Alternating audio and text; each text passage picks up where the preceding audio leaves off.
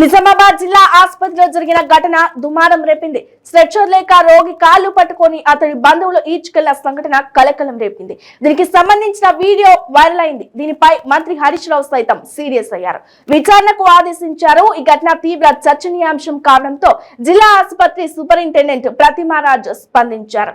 అసలేం జరిగిందో క్లారిటీ ఇచ్చారు. పేషెంట్ ను లాక్కొని వెళ్తున్న వీడియో వైరల్ అవుతున్న ఘటన చాలా బాధాకరమన్నారు.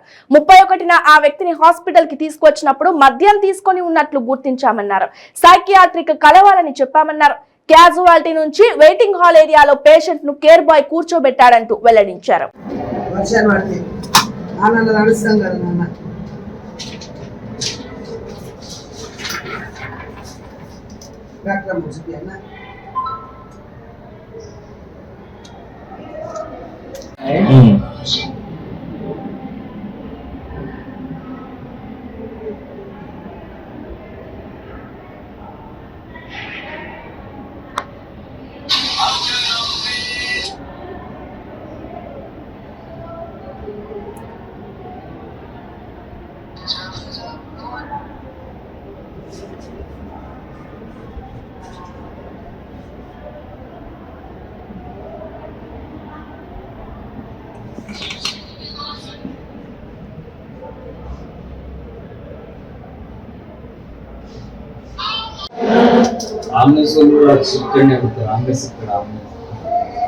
వాళ్ళు ఇక్కడ అని చెప్పాలి.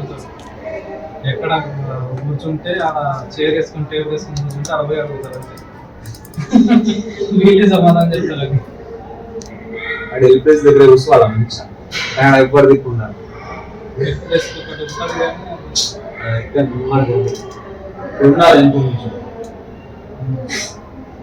ఎవరు ఉన్నారు ఎల్ప్రెస్ వదిలేసి మా దగ్గర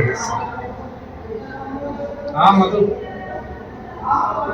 నమస్తే మధు, ఎక్కడ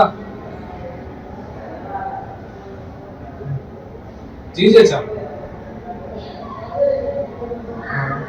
ఏం లేదు మధు, ఇది బుక్స్ బైండింగ్ కావాలా?